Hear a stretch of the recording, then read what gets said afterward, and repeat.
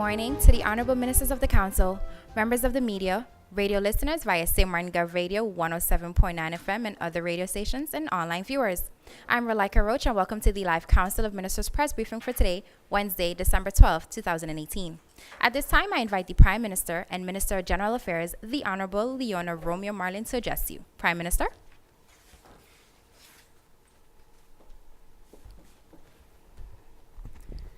Good morning to all, my colleagues, members of the press. Good morning, St. Martin. As the minister responsible for the cooperation between St. Martin and the World Bank, I'm very happy to report that the Council of Ministers has approved the grant agreement on the Emergency Debris Management Project. This important project provides $25 million in financing to clean up the island, put out fires on the dump, and remove the remaining shipwrecks in the Simpson Bay Lagoon. As part of the project, the government also seeks to close down the Irma dump and manage the landfill more effectively.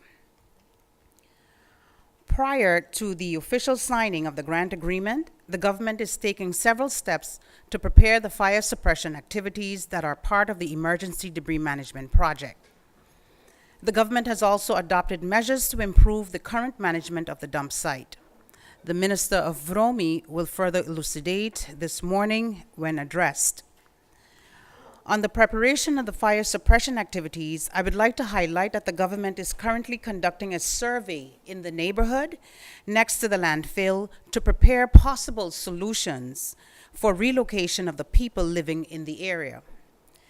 This survey is necessary to prepare for the fire suppression activities that will address the subsurface fires on the landfill.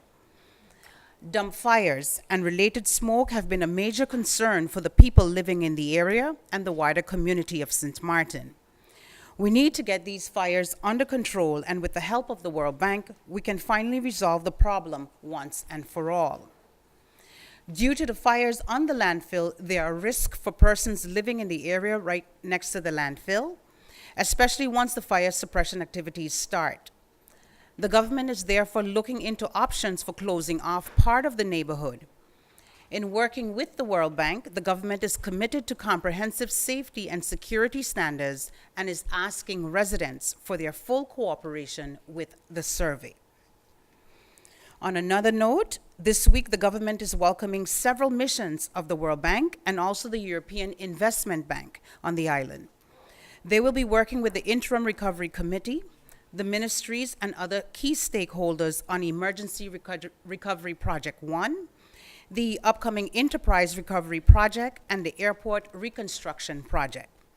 I would like to take this opportunity to thank the staff of the World Bank, the European Investment Bank, and the Interim Recovery Committee for their commitment to bringing these and other important projects forward.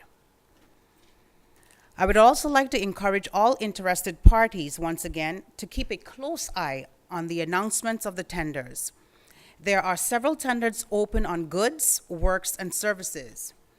This includes tenders for a new fire truck and a roof repair works, but also advertisements for an engineer, communication officer, and a project manager that will support the Interim Recovery Committee.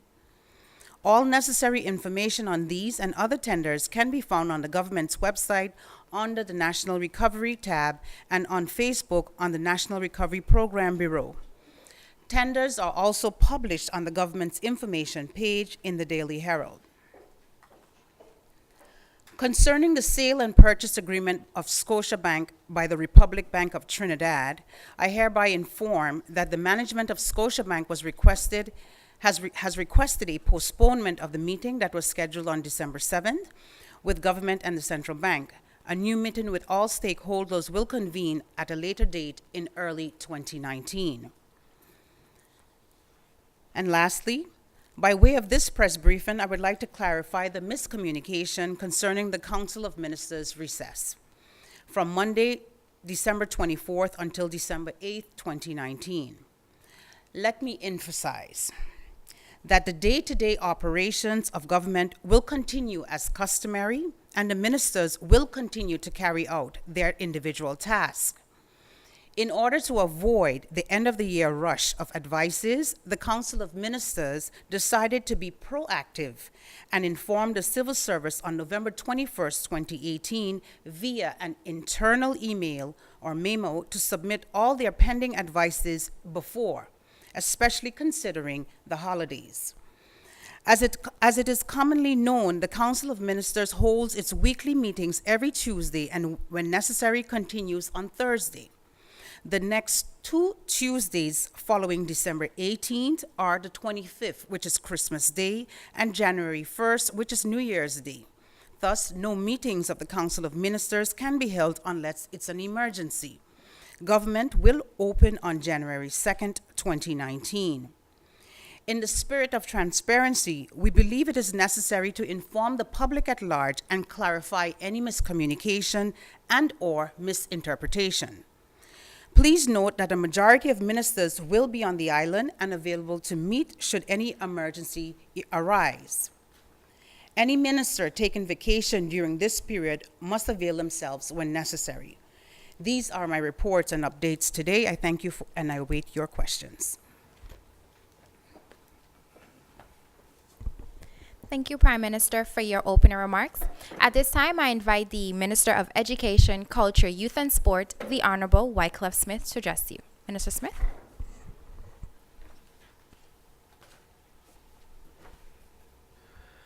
Thank you, Ms. Roach.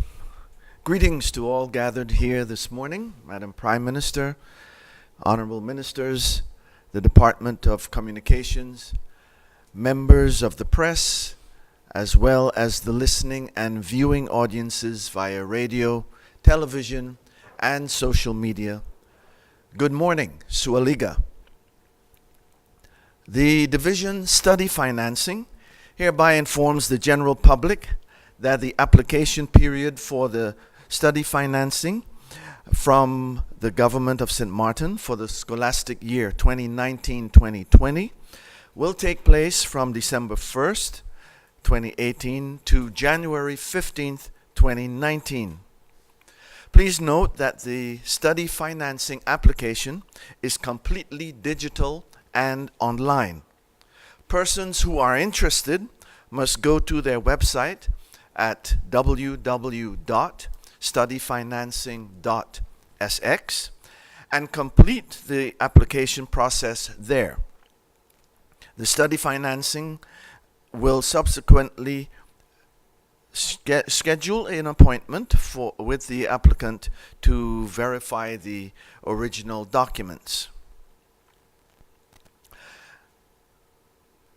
Having said that, I would like to inform all that the Division Study Financing invites the general public and in particular persons interested in obtaining study financing for the academic year 2019-2020 to attend a very important information session regarding the study financing policy, the study financing application procedures, conditions, and other criteria.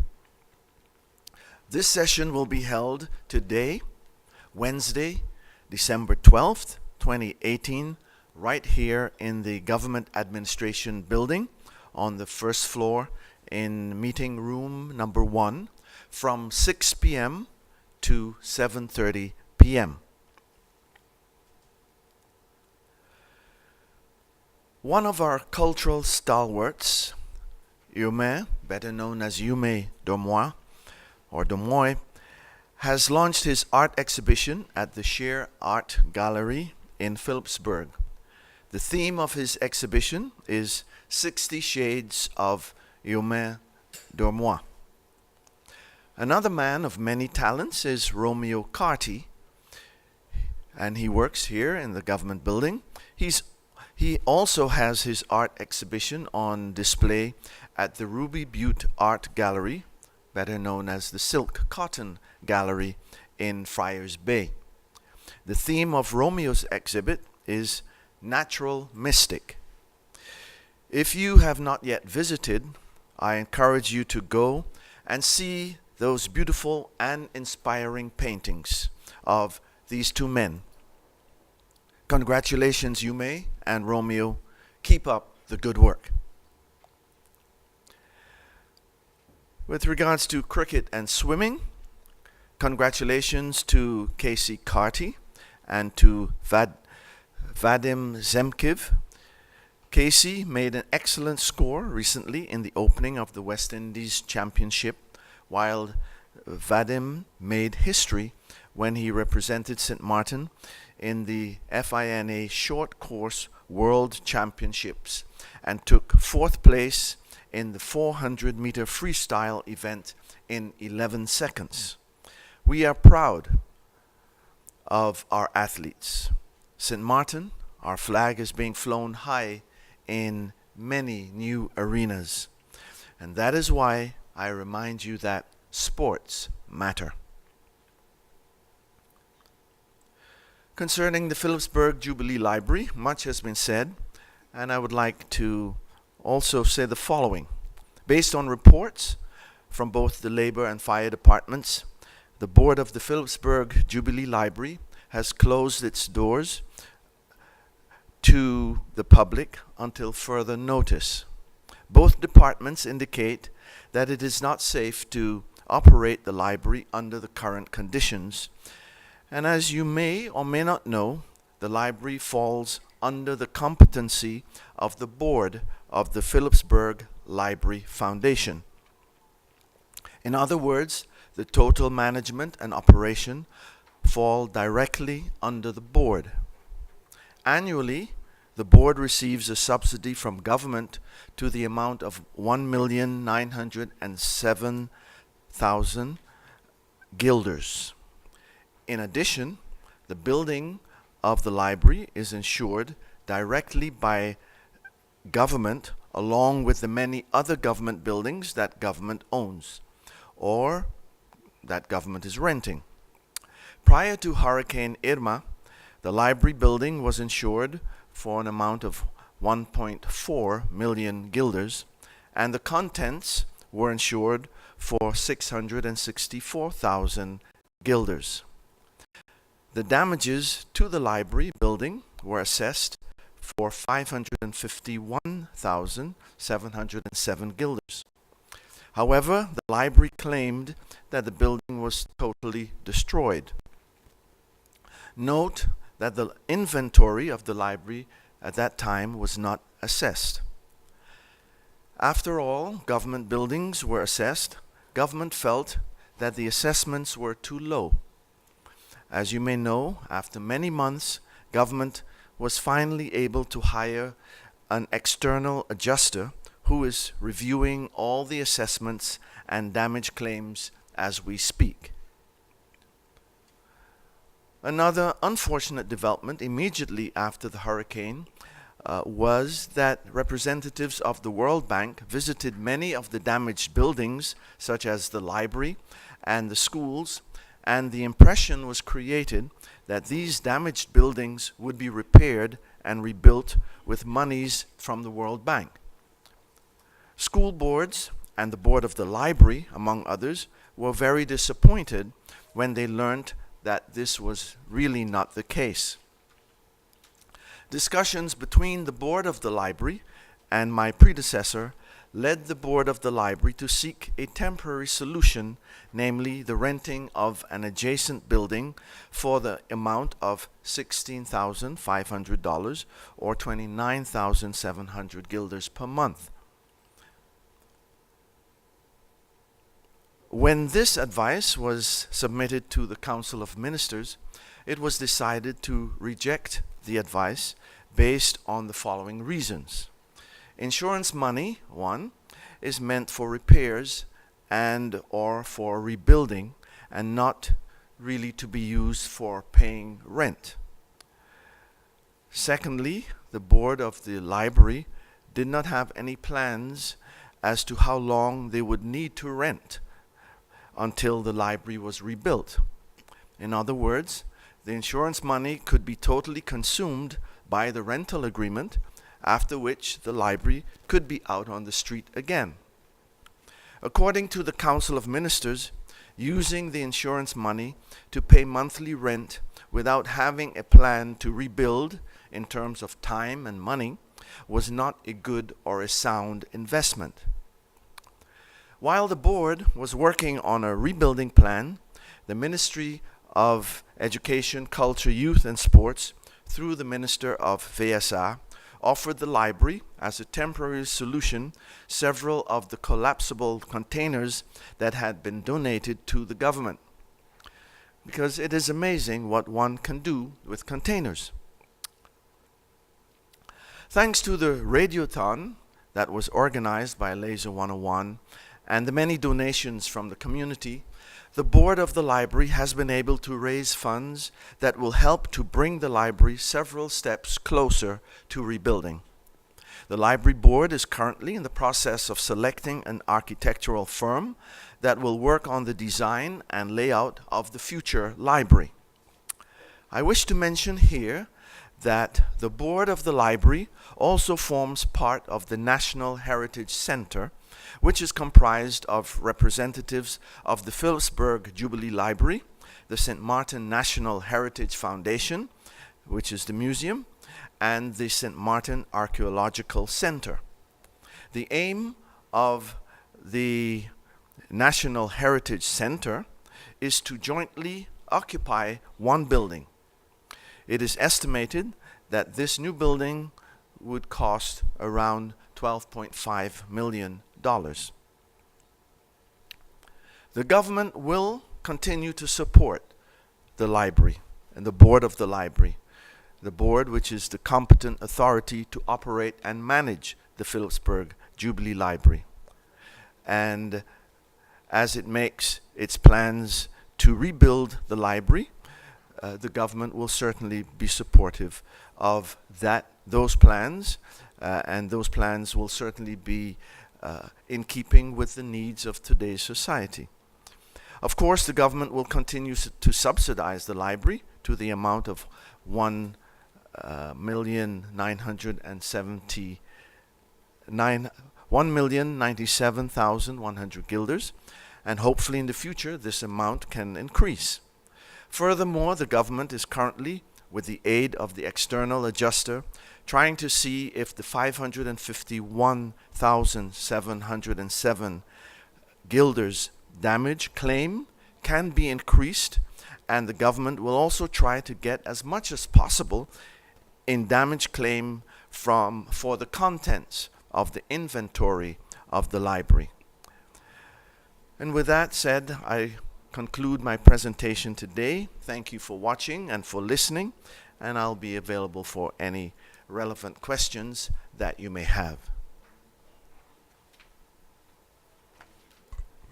Thank you, Minister Smith, for your opening remarks. At this time, I invite the Minister of Tourism, Economic Affairs, Transport, and Telecommunication, the Honorable Stuart Johnson, to address you. Minister Johnson.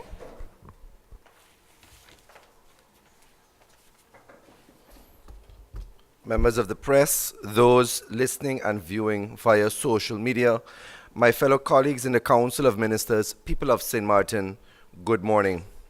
Today I'm happy to announce that the Princess Juliana International Airport has resumed operations in the terminal building since it was extensively damaged by Hurricane Irma and Maria in 2017. The management team started conducting its migration process from the arrival pavilion on Monday, December the 10th, after a successful operational test on Tuesday. They moved directly into processing their first flight officially in the arrival halls.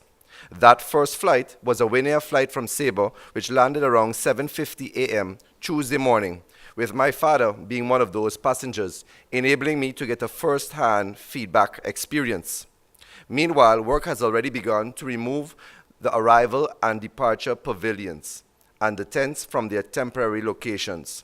On Friday, December 15th, all arrivals and departures should be taking place inside the fully air-conditioned terminal building.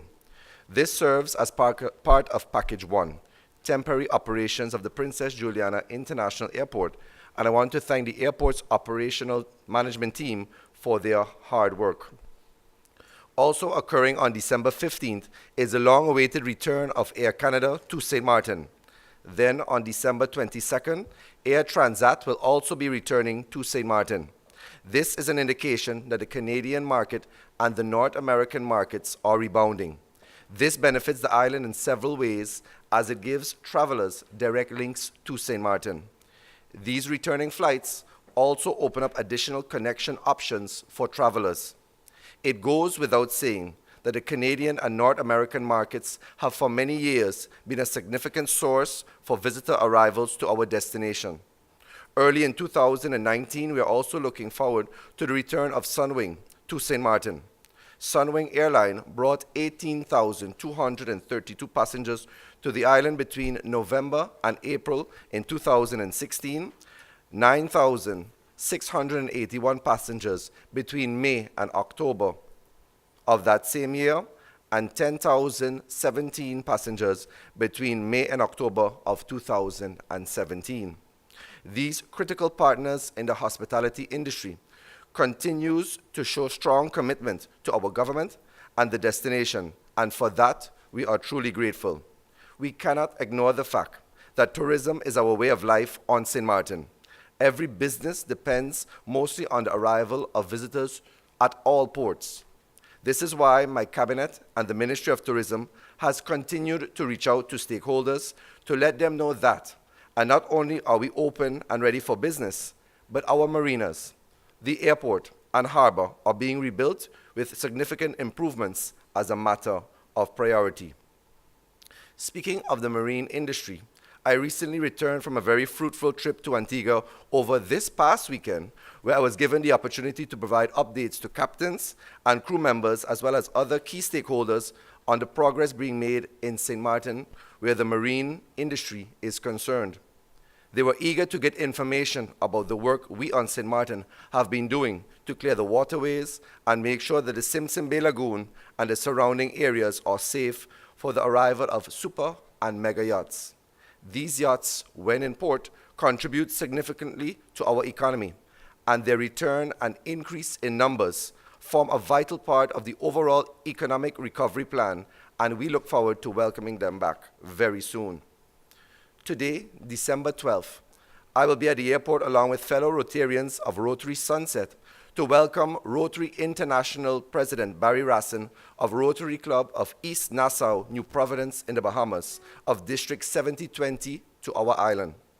The Rotary Club has consistently been a great source of support in the development and improvements of the social well-being of the people of many countries, including St. Martin. And we want to show that gratitude to President Rassin for his visit to our island. I have taken notes of some comments in the media regarding my attendance in Parliament. First, I wish to clear up some misconceptions. I have been to Parliament for a public meeting and attended all 3 question hours. As well, I've attended parliamentary meetings to support 2 draft initiative laws on the timeshare and the raising of the drinking age, the latter being a nonpartisan initiative. Therefore, the claim that I have no respect for Parliament or that I have not been to Parliament is incorrect. I respect the work of Parliament, and the collective effort of parliamentarians and ministers is vital to completing the work that still has to be done in the community. Especially for the Ministry of TIAT, we are working diligently to put our economy back on track and bring visitors back to the island, while ensuring that proper inspections and controls are conducted for consumer protection and ensuring that there are improvements to critical infrastructure as it relates to tourism. But our work also includes ensuring that international partners in the hospitality industry are satisfied that we are working on building back better, and we are open for business. And it includes working with investors on projects that would lead to rebuilding an economically sound and sustainable St. Martin. I recognize that some rhetoric may be necessary at times to increase one's popularity, especially in politics. However, while the rhetoric may be a ploy to propel some to the top of their party's list and sidestep leadership, it is in no way contributing to the redevelopment of homes and returning people to work in hotels that needs government support. Too often, some elected officials take the people's patrimony for granted and use it to serve their own self-agenda and self-promotion, while squeezing what little hope is left in the hearts of our people. I could respond by pointing out that in the past year we had a minister of TIAT who never showed up to Parliament.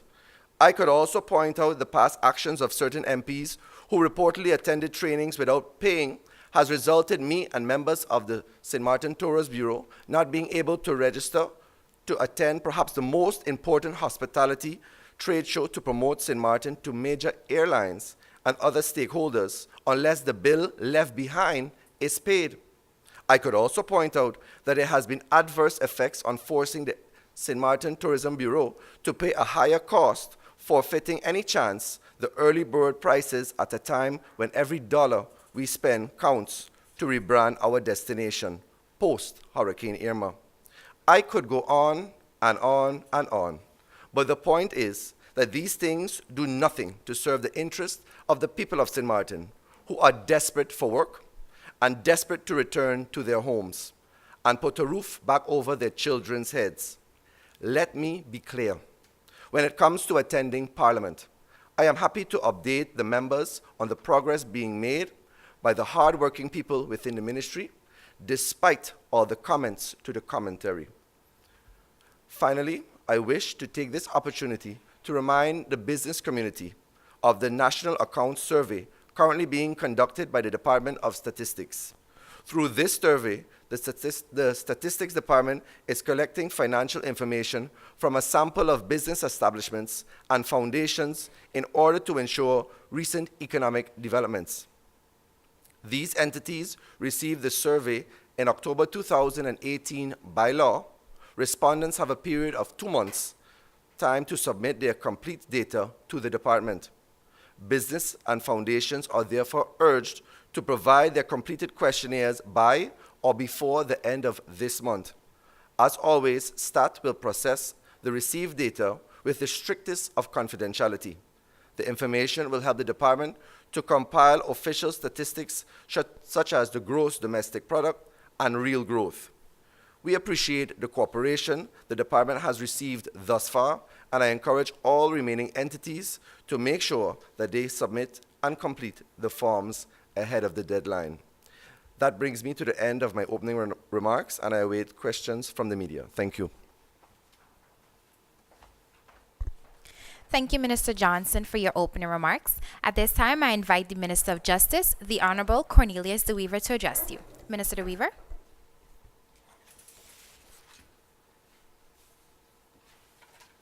Thank you very much, Ms. Roach. Good morning, Prime Minister, colleague ministers. Good morning to the media and St. Martin.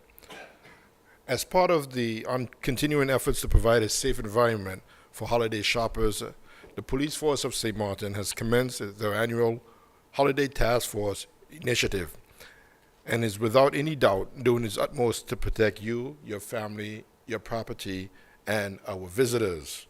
Remember the 3 A's of crime prevention. Be aware of your surroundings at all times. Be alert to suspicious people and vehicles, and avoid dangerous situations. For example, if you're going to use an ATM and it's dark and you see suspicious people hanging around, please use another one, or make sure that you have someone with you when you're going to use it. Also, you can also ask your neighbor to keep a watchful eye on your property while you're out. And of course, during the festive period, there's also a lot of drinking going on, and I wanted to make sure that remind everyone that drinking and driving is a danger to everyone. Remember that the risk of drinking and driving are not worth it. And if you choose to drink, don't drive, or make use of a designated driver, a bus, or a taxi. Short little notice, I hereby inform the general public and value clients that the administrative fee associated with the processing of a certificate of conduct was increased from 45 guilders to 50 guilders. The official publication AB number 44 in 2016 has been published, and the increased fee will be implemented effective January 1st, 2019. The application process remains unchanged and will continue to be handled by the Public Service Centers, Government Building in Phillipsburg, and the Simpson Bay Fish Market. Those are my statements for today, and I thank you. Thank you, Minister DeWeaver, for your opening remarks. At this time, I invite the Minister of Public Housing, Spatial Planning, Environment and Infrastructure, the Honorable Miklos Hitterson, to address you. Minister Hitterson.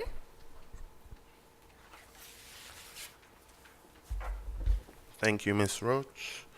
Good morning, Prime Minister, fellow ministers, press and audience members viewing and listening.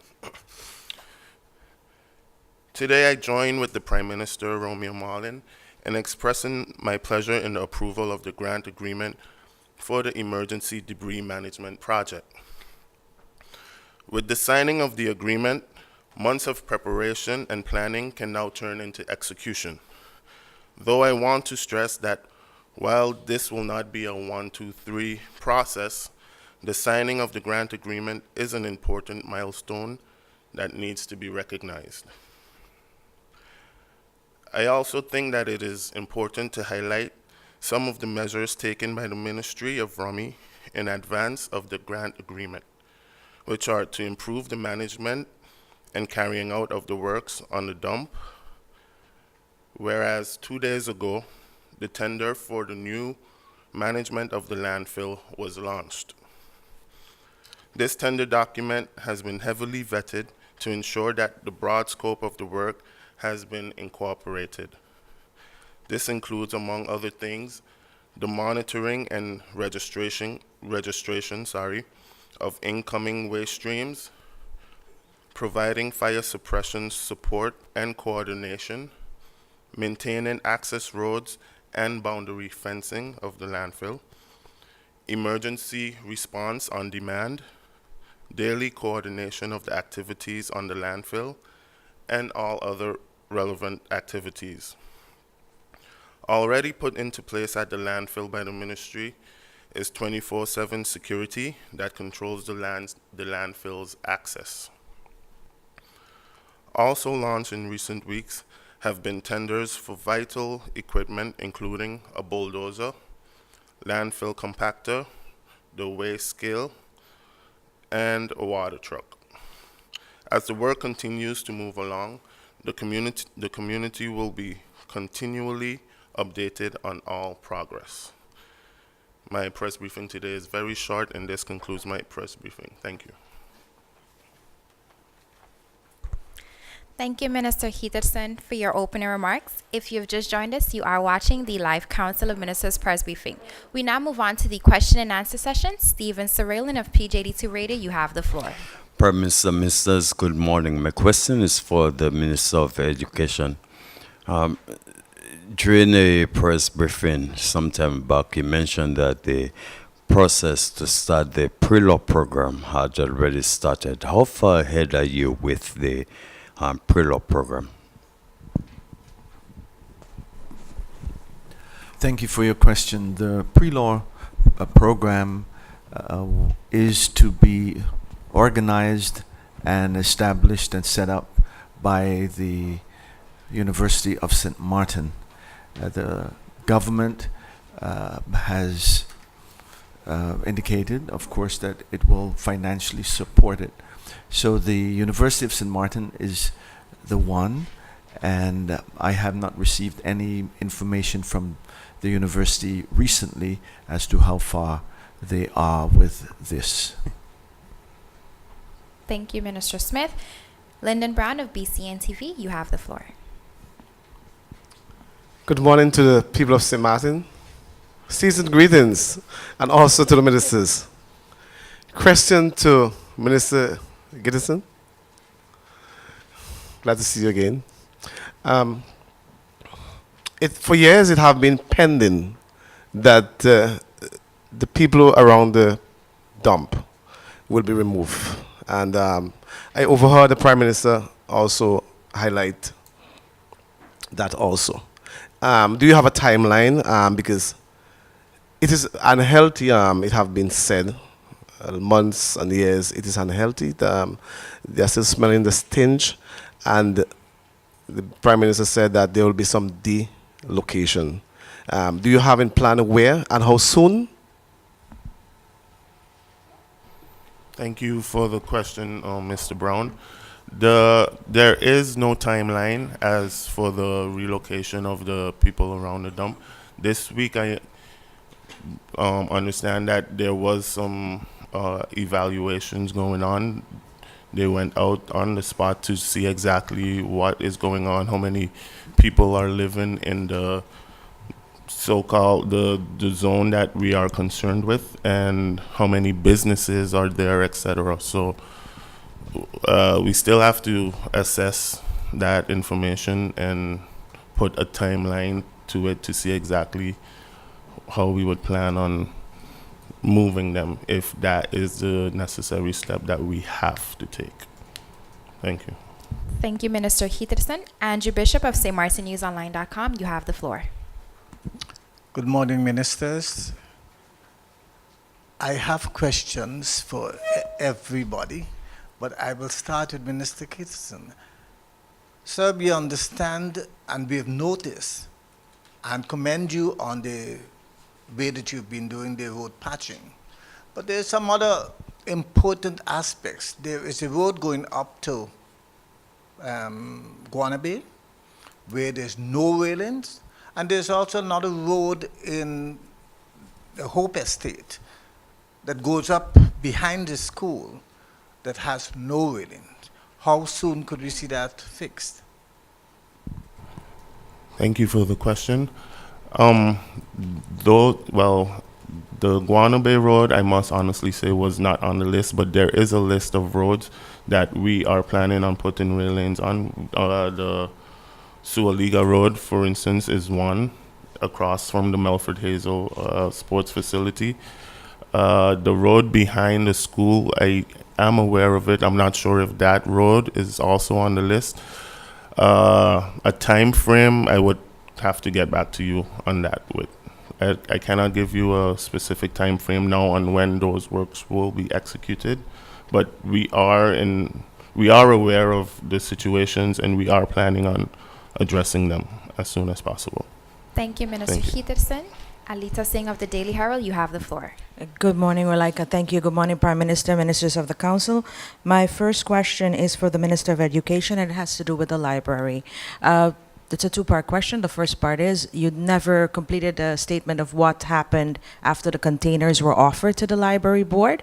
And the second part is, will those be put at the current location, and will the new library building Heritage Center be in that new location? Because there was talk in the past of moving the library off of that land at Voga Street onto another location. Thank you for your question.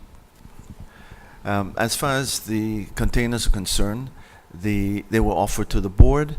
The board did get back to the ministry about the number of containers, and I believe that they're busy with a plan as to how to utilize these containers.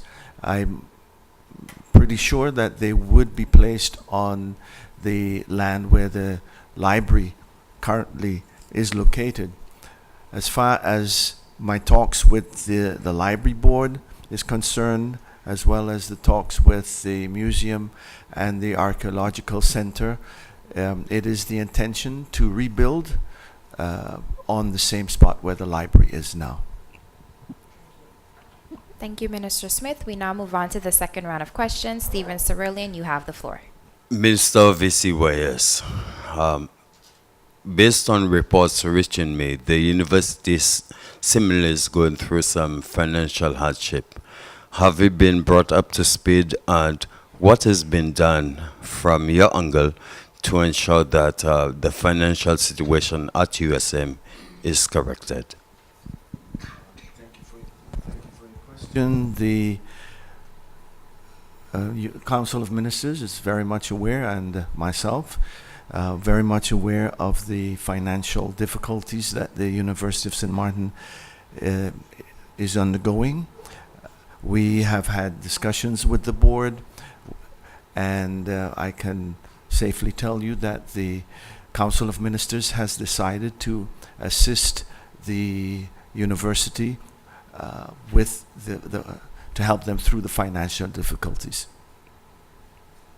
Thank you, Minister Smith. Lyndon Brown, you have the floor. Question to Minister Johnson. Over the past month, Minister Johnson, there was constant emphasis on Air like Quebec. Now, it has come to my hearing that the plane will be submerged somewhere in the ocean. It will becoming a marine park. Has this conversation come to your ears? And explain to the people what's the fact about this conversation. Well, thank you, Mr. Brown, for your question. Of course, for me, it has always been from day one, taking office the cleanliness of our destination, St. Martin, the island itself. That is one part of many that is still yet to be rolled out and where I see the island needing to be cleaned up. In particular with Air like Quebec, that discussion is still ongoing with the key stakeholder being, of course, the Nature Foundation in consultation with the Ministry of Rummy. So we look forward to even more positive announcements to ensuring our island continues to be clean going forward. Thank you, Minister Johnson. Andrew Bishop, you have the floor. Minister of Justice, there's one question I would like to ask. I understand that you have removed Checkmate from the prison and have put back the VKS. What was your reason? Wasn't Checkmate doing a proper job, or are you finding work for the VKS? Thank you, Mr. Bishop, for your question. The contract with Checkmate was terminated. We reviewed the contract before we decided to do that. We are busy with a evaluation as well, safety evaluation. In the meantime, VKS is covering the perimeters as well as the prison, and they're doing a very good job, I must say. I want to thank them as well for that, and we will leave it there. Thank you. Thank you, Minister DeWeaver. Alita Singh, you have Thanks you have again, the floor. Malika. My question is for the Minister of TIAT, and it relates to his statement this morning. The first part is, MP Bryson was referring to your non-attendance or your non-acceptance of invitations to the TIAT committee meetings of Parliament. Can you say why those 4 invitations were not answered? And then again, related to the same, I would like to get a further explanation from you about the MP that you mentioned in your statement. A non-payment, was that a personal payment that needed to be made, or was it a government payment? Can you elaborate further? Thank you, Alita, for your question. And the new parliamentary year was such an exciting year because it actually ejected the MP from the chairmanship of that parliamentary committee. So I'm sure that still has some effect in particular. But of course, we work closely, my office as well as the Secretariat of Parliament, in ensuring that meetings that are requested of me to attend are attended. One meeting in particular was not in line with my schedule, as I had other commitments that superseded that at the time. But indeed, when called to Parliament, I have been answering that call time and time again. For instance, the public meeting that I alluded to in my opening statements, all three question hours thus far convened by Parliament, as well as in my opening statements, the 2 draft initiative laws that I supported. So I'm sure, like I made mention of in my opening remarks, the MP can get excited because, you do need traction, you do need something to do, something to say in time like this. But coming from the executive branch, I will continue making sure that work is carried out in the interest of the people of St. Martin. And I look forward to the MP joining me as well in ensuring that the work happens even from a legislative branch, where laws can be initiated and drafted, where the people of St. Martin can also see work from that ends, because indeed it requires a collective effort. In regards to the non-payment, we are still getting all the necessary information to finalize that. When a full assessment has been done, additional information surely will be forthcoming to the people of St. Martin. Thank you. Thank you, Minister Johnson. We now move on to the final round of questions. Stephen Cerillion, you have the floor. My final question is for Minister Gitterson. How far ahead are you with the house rebuilding process, and how many homes will actually be going through this process?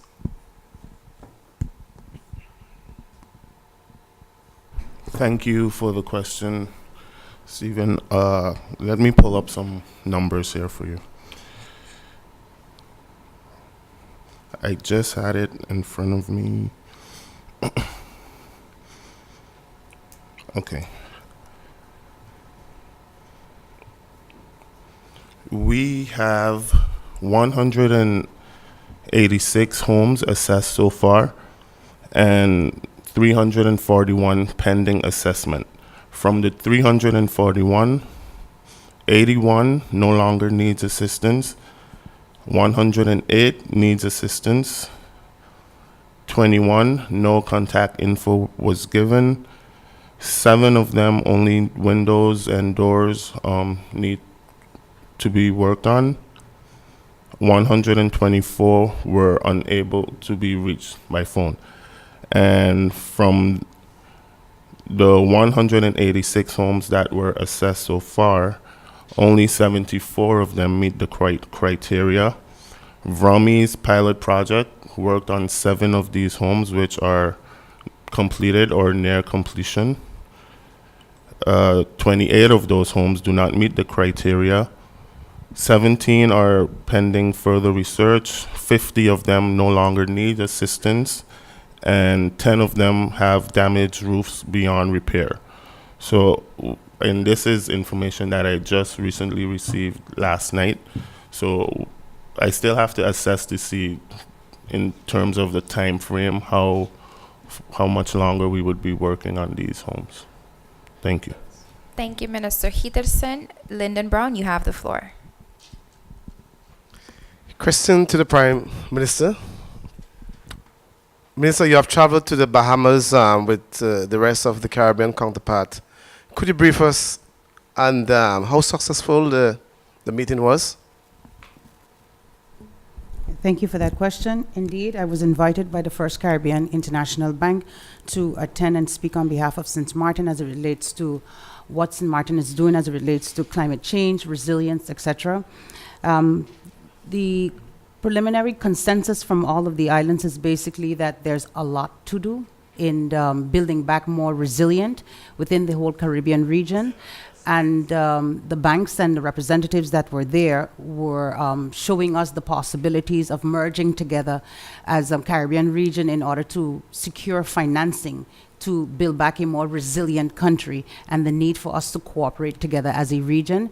That seems to be the basic consensus with most of the Caribbean islands, as we see that we're the least to give out the gas emissions, but we feel the most of the structure and the brunt of the entire climate change. So there is that push and need, and I'm glad that other Caribbean islands are seeing that we cannot do this alone. We have to do this together, but one of the key things is how do we get funding for it, considering the lack of resources, financial resources. Thank you for that question. Thank you, Prime Minister. Andrew Bishop, you have the floor. Thank you very much. I would like to ask you, Minister of Justice, what is the situation with the drugs and the picking up of drugs? In the past, we had a police force that was responsible for narcotics.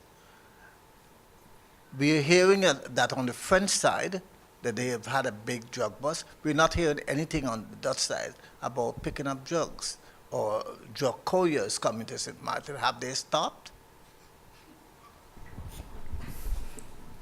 Thank you for your question. The Alpha team, which is stationed in the airport, have been making lots of buzz, and they've been in the newspapers recently, so I'm surprised that you may have missed those.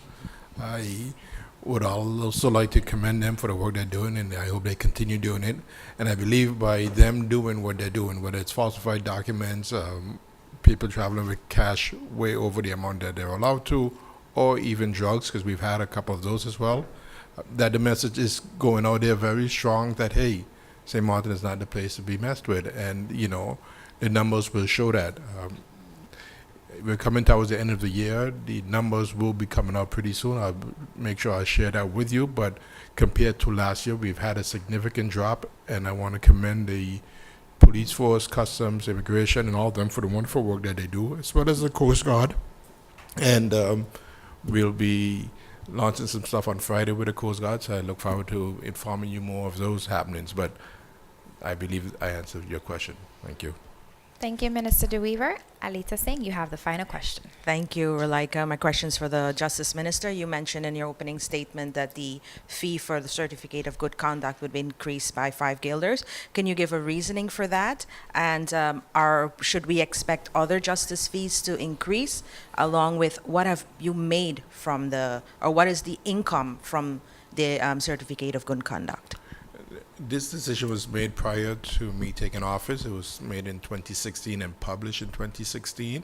We are just executing it now. We're also improving on the secured paper that we're going to be using for these certificates of conduct. I don't have the numbers with me right now, but I'm sure I can get there for you, and we'll have it at the end of the year again. How many VOKs or certificates of conducts were issued this year or requested, and I can also share that with you at the end of the year as we get the end of the year report from all of the departments. Thank you, Minister DeWeaver. Honorable Ministers of the Council, members of the media, radio listeners, and online viewers, this brings us to the end of the live Council of Ministers press briefing for today, Wednesday, December 12, 2018.